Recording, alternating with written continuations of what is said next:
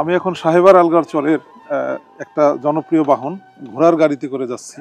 চর অঞ্চলের একটা জনপ্রিয় বাহন এই ঘোড়ার গাড়ি, যেটি মানুষ এবং শস্যাদি পরিবহন করে। বাট দুঃখজনক হলেও সত্য যে এই ঘোড়ার গাড়ি যে রাস্তাগুলো দিয়ে চরের মধ্যে চলে, অনেক সময় সেই রাস্তার অবস্থা এমন কঠিন যে ঘোড়ার গাড়ি চলার মতো, এমনকি মোটরসাইকেল চলার মতো এই রাস্তাগুলোর উপযোগিতা নাই।